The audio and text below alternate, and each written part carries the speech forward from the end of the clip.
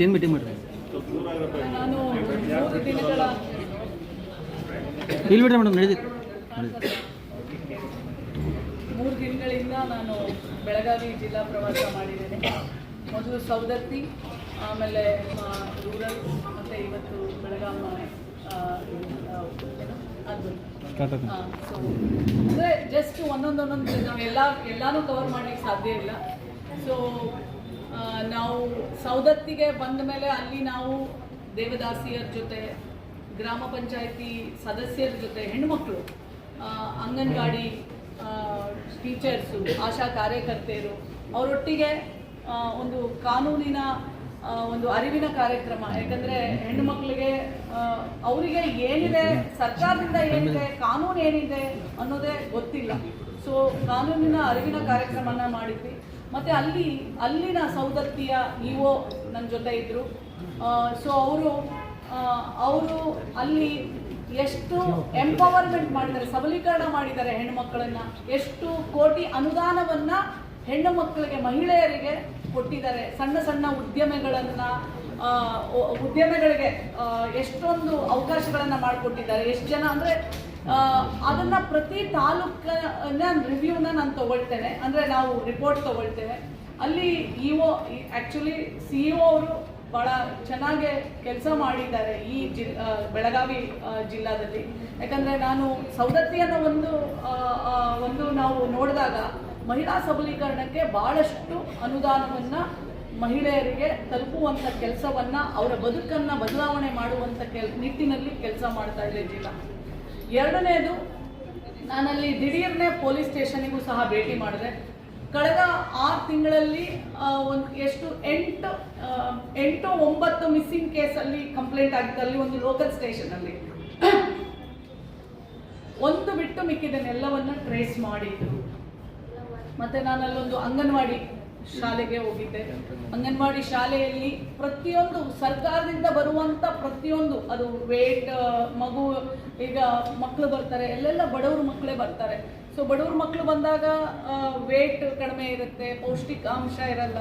ಅವರನ್ನು ಯಾವ ಥರ ನ್ಯೂಟ್ರಿಷನ್, ನಮ್ಮ women and child development, child protection, ಇದಕ್ಕೆ ಯಾವ ಥರ ಅವರನ್ನು ಕರ್ಕೊಂಡು ಹೋಗ್ತಾರೆ, ಆ ಮಗುವಿನ ಬೆಳವಣಿಗೆಗೆ ಯಾವ ಥರ ಕೆಲಸ ಮಾಡ್ತಾರೆ, ಪ್ರತಿಯೊಂದು. ಅವ್ರಿಗೆ ಮೊಟ್ಟೆ ಫ್ರೆಶ್ ಇದೆಯಾ, ಅಥವಾ ಯಾಕಂದರೆ ಈಗ ಟೀಚರ್ಸ್ಗೆ ಅಕೌಂಟಿಗೆ ದುಡ್ಡು ಹಾಕೋದ್ರಿಂದ ಯಾವ ಥರ ಮೊಟ್ಟೆ ತರೋದು, ಯಾಕಂದರೆ ನಾವು ರೀಸೆಂಟಾಗೂ ನೋಡಿದ್ದೀವಿ ಮೊಟ್ಟೆಗಳು ಯಾವ ಥರ ಮಾಡ್ತಾರೆ ಅಂತೆಲ್ಲ ಹೇಳಿ.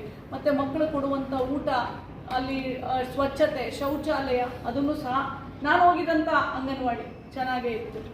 ಮತ್ತು ನಾವು ಅಲ್ಲಿಂದ ತಾಲೂಕು ಆಸ್ಪತ್ರೆ, ಸೌದತ್ತಿ ತಾಲೂಕು ಆಸ್ಪತ್ರೆಗೆ ಹೋಗಿದ್ವಿ. ತಾಲೂಕು ಆಸ್ಪತ್ರೆ ಈಗ ತಾಯಿ ಮಗು ಅಂದರೆ ಹೊಸ ಬಿಲ್ಡಿಂಗ್ ಬಂದಿದೆ.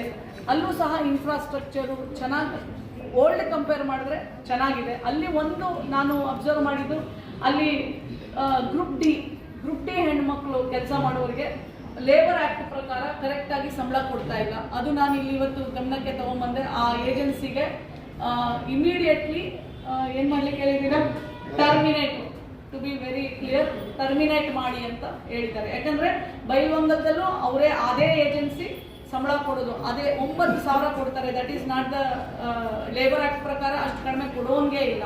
ಅದು ಗ್ರೂಪ್ ಡಿ ಮಕ್ಕಳು, ಹೆಣ್ಮಕ್ಳು. ಇಟ್ ಕೆನಾಟ್ ಹ್ಯಾಪನ್, ಹೆಣ್ಮಕ್ಳಾಗಲಿ ಗಂಡು ಮಕ್ಕಳಾಗಲಿ. But I am concern about women. So ಅದಾದಮೇಲೆ ನಾವು ಮತ್ತೆ ಎಲ್ಲಿಗೆ ಬಂದ್ವಿ, ಮತ್ತೆ ಬರ್ತಾ ಇಲ್ಲಿ ನಮ್ಮ ಸೋಷಿಯಲ್ ವೆಲ್ಫೇರ್ ಡಿಪಾರ್ಟ್ಮೆಂಟ್ ಅಡಿ ಬರುವಂಥ ವಸತಿ ನಿಲಯಗಳು, ಅಲ್ಲಿ ಬಂದಾಗ ಬೇರೆ ಎಲ್ಲನೂ ನಾನು ಚೆಕ್ ಮಾಡೋಕ್ಕೆ ಆಲ್ರೆಡಿ ಹೇಳಿದ್ದೀನಿ. ಯಾಕೆಂದರೆ ನಾವು ಒಂದು ಚೆಕ್ ಮಾಡಿದ್ದೀವಿ ಅಷ್ಟೇ. ಅಲ್ಲಿ ಚೆಕ್ ಮಾಡಿದಾಗ ಅಲ್ಲಿ ಭಾಳ ಎಲ್ಲೋ ಒಂದು ಕಡೆ ದೇ ಆರ್ ನಾಟ್, ಏನೋ ಒಂದು ಕರೆಕ್ಟ್, ಒಂದು ರೂಮಲ್ಲಿ ಫ್ಯಾನ್ ಇದ್ದರೆ ಇನ್ನೊಂದು ರೂಮಲ್ಲಿ ಫ್ಯಾನ್ ಇಲ್ಲ. ಒಂದು ಮಗು ಹೇಳುತ್ತೆ, ಮೇಡಮ್ ನಮಗೆ ಅಂದರೆ ಫಸ್ಟ್ ಏನೋ ಪ್ರಿಪೇರ್ ಮಾಡ್ದಂಗಿತ್ತು, ಭಯ ಆಗ್ತಿತ್ತು ಮಕ್ಕಳಿಗೆ, ಯಾಕೆ ಫ್ಯಾನ್ ಇಲ್ಲ ಅಂದರೆ ರಿಪೇರಿಗೆ ಹೋಗಿದೆ ಅಂತ. ಬಟ್ ಆದರೆ ನಮ್ಗೆ ಗೊತ್ತಾಗ್ತಿತ್ತು ರಿಪೇರಿಗೂ ಹೋಗಿಲ್ಲ, ಏನೂ ಹೋಗಿಲ್ಲ. ಇವ್ರಿಗೆ ಯಾವುದೇ ಥರ ಎಲ್ಲ ಮಕ್ಕಳಿಗೂ ಯಾಕಂದರೆ ದುಡ್ಡಂತೂ ಸರ್ಕಾರದಿಂದ ಬರುತ್ತೆ. ಸೊ ಫ್ಯಾನು, ಲೈಟು, ನೀರು, ಶೌಚಾಲಯ ಇವೆಲ್ಲ ಕರೆಕ್ಟಾಗಿರಬೇಕು. ಮತ್ತು ಅಲ್ಲಿ ಸೆಕ್ಯೂರಿಟಿ ಪ್ರಾಬ್ಲಮ್ ಇದೆ ಅಂತ ಹೇಳಿದ್ರು ಮಕ್ಕಳು. ಅದನ್ನೆಲ್ಲ ಇವತ್ತು ನಾನು ಇವ್ರ ಗಮನಕ್ಕೆ ತೊಗೊಂಬಂದಿದ್ದೀನಿ. ಅವರು JD ಅವರು, ಸೋಷಿಯಲ್ ವೆಲ್ಫೇರ್ ಡಿಪಾರ್ಟ್ಮೆಂಟ್ JD ಅವರು ನಾನು ಇದು ಒಂದೇ ಹಾಸ್ಟೆಲ್ ಅಲ್ಲ, ಪ್ರತಿಯೊಂದು ಹಾಸ್ಟೆಲ್ನು ಎಸ್ಪೆಷಲಿ ಹೆಣ್ಮಕ್ಳಿರೋ ಮಹಿಳೆಯರ ಹಾಸ್ಟೆಲ್ಗಳನ್ನು ನೀವು ಚೆಕ್ ಮಾಡಬೇಕು. ಅಲ್ಲಿ ಏನೇನು ಸೌಲಭ್ಯಗಳು ಸರ್ಕಾರದಿಂದ ಕೊಟ್ಟಿದ್ದಾರೆ ಮತ್ತು especially concern to their security, safety, that is must ಅಂತ ಸಹ ನಾವು ಹೇಳಿದ್ವಿ. ವಾರ್ಡನ್ನು ಕಂಪ್ಲೀಟ್ಲಿ ಸಂಪೂರ್ಣ ಸೆಕ್ಯೂರಿಟಿ ಜವಾಬ್ದಾರಿ ಇರಬೇಕು ವಾರ್ಡನ್ಗೆ. ಅವ್ರ ಮೊಬೈಲಲ್ಲೇ ಆ್ಯಪ್ ಇರಬೇಕು, ನೋಡ್ತಾ ಇರಬೇಕು, ಚೆಕ್ ಮಾಡಬೇಕು. ಮತ್ತು ಮಿಕ್ಕಿದ ಕೆಲವೊಂದು ಪ್ರಾಬ್ಲಮ್ಸು ಆ ಮಹಿಳೆಯರು ಹೇಳಿದ್ರು, ಅವ್ರ ಕಾಂಪಿಟೇಟಿವ್ ಎಕ್ಸಾಮ್ಸ್ಗೆ ಕೆಲವೊಂದು ಬುಕ್ಸ್ಗಳಿಲ್ಲ ಅಂತೆಲ್ಲ, ಅದನ್ನು ಆಲ್ರೆಡಿ ಹೇಳಿದ್ದಾರೆ. DC ಅವರು ಹೇಳಿದ್ದಾರೆ, CO ಅವರು ಹೇಳಿದ್ದಾರೆ, JD ಅವರು ಹೇಳಿದ್ದಾರೆ, ಅದನ್ನು ಒದಗಿಸ್ತೀವಿ ಅಂತೇಳಿ. ಅದು ಒಂದೇ ಅಲ್ಲ, ಆ ಥರ ಬರುವಂಥ ವಸತಿ ನಿಲಯಗಳಲ್ಲೆಲ್ಲ ಪ್ರೊವೈಡ್ ಮಾಡಲಿಕ್ಕೆ ಒಪ್ಕೊಂಡಿದ್ದಾರೆ ಆ್ಯಂಡ್ ದೇ ಡೂ ಇಟ್. ಅದಾದ ಮೇಲೆ ನಂತರ ನಾವು ಇಲ್ಲಿ ಉಣ್ಣೆ ಒಂದು ಕುರಿ ಉಣ್ಣೆಯಿಂದ ಕಂಬಳಿಗಳನ್ನು ಮಾಡುವಂಥ ಒಂದು ಫ್ಯಾಕ್ಟ್ರಿಗೆ ಹೋಗಿದ್ವಿ. ಅಲ್ಲಿ 1200 ಜನ ಕೆಲಸ ಮಾಡ್ತಾರೆ. 70% ಎಲ್ಲ ಹೆಣ್ಣುಮಕ್ಕಳು. ಸೊ ಅವರು ಕೇಳ್ಕೊಂಡಿದ್ದಿಷ್ಟೇ, ಅವ್ರದ್ದು ಕೆಲವೊಂದೆಲ್ಲ ಬಾಕಿ ಇದೆ, ಹಣ ಸರ್ಕಾರದಿಂದ ಬರುವಂಥದ್ದು ಅದೆಲ್ಲ ಹಾಗೆ ಇದೆ ಅಂತ. ಅದನ್ನು ನಾನು ಆ ಪರ್ಟಿಕ್ಯುಲರ್ ಯಾವುದು department principal secretary and of course chief secretary of CM ಅವ್ರಿಗೆ ಗಮನಕ್ಕೆ ತಂದು ಅದನ್ನು ಮಾಡಿಸುವಂಥ ಕೆಲಸವನ್ನು ಮುಂದಾಗ್ತೀನಿ. ಯಾಕೆಂದರೆ ಅಲ್ಲಿ 70% ಅಂದರೆ ಮುಕ್ಕಾಲು ಭಾಗ ಹೆಣ್ಮಕ್ಳೇ ಕೆಲಸ ಮಾಡ್ತಾ ಇರೋದ್ರಿಂದ 8 ರಿಂದ 10 ಸಾವಿರ ಸಂಬಳ ತಗೊಳ್ಳೋದ್ರಿಂದ ಅವರ ಜೀವನ, ಅವರ ಊಟ, ಅವರ ಬದುಕು ಎಲ್ಲ ಅದೇ ಇರೋದ್ರಿಂದ ಇದು ಆಗಬೇಕು ಅಂತ ಹೇಳಿ ಅದನ್ನು ಒಂದು ಮಾಡಿದ್ವಿ. ಇನ್ನೊಂದು ವಸತಿ ನಿಲಯ, ಇಲ್ಲಿ ಜನರಲ್ ಹಾಸ್ಟೆಲ್, ವರ್ಕಿಂಗ್ ಹಾಸ್ಟೆಲ್ಗೆ ಸಹ ನಾನು ವಿಸಿಟ್ ಮಾಡಿದ್ದೆ. ಬೆಳಗಾಂ ಜಿಲ್ಲೆಯ ವಸತಿ ನಿಲಯ, ವರ್ಕಿಂಗ್ ವುಮೆನ್ಸ್ ಹಾಸ್ಟೆಲ್. ಸೊ ಅಜಾಮ್ ನಗರದಲ್ಲಿ they are doing fantastically. Working women's ಇರೋದ್ರಿಂದ ಅದು ಚೆನ್ನಾಗೇ ಇದೆ, ಭಾಳ ಚೆನ್ನಾಗಿದೆ. ಎಲ್ಲರ ಜೊತೆ ಮಾತಾಡಿದೆ ನಾನು, ಇಟ್ಸ್ ಡೂಯಿಂಗ್ ಗುಡ್. ಆಮೇಲೆ ಮತ್ತೆ ಬೆಳಗ್ಗೆ ದಿಢೀರ್ನೇ ಒಂದು ಪೊಲೀಸ್ ಸ್ಟೇಷನಿಗೆ ಹೋದೆ. 10 ಗಂಟೆ, ಇನ್ನೂ ಇನ್ಸ್ಪೆಕ್ಟ್ರ್ ಬಂದಿರಲಿಲ್ಲ. ಯಾಕಪ್ಪ ಬಂದಿಲ್ಲ ಅಂತ ಕೇಳಿದ್ವಿ. ಅವ್ರೇನೋ ಹುಷಾರಿಲ್ಲ ಅಂತೇನೋ ಹೇಳಿದ್ರು.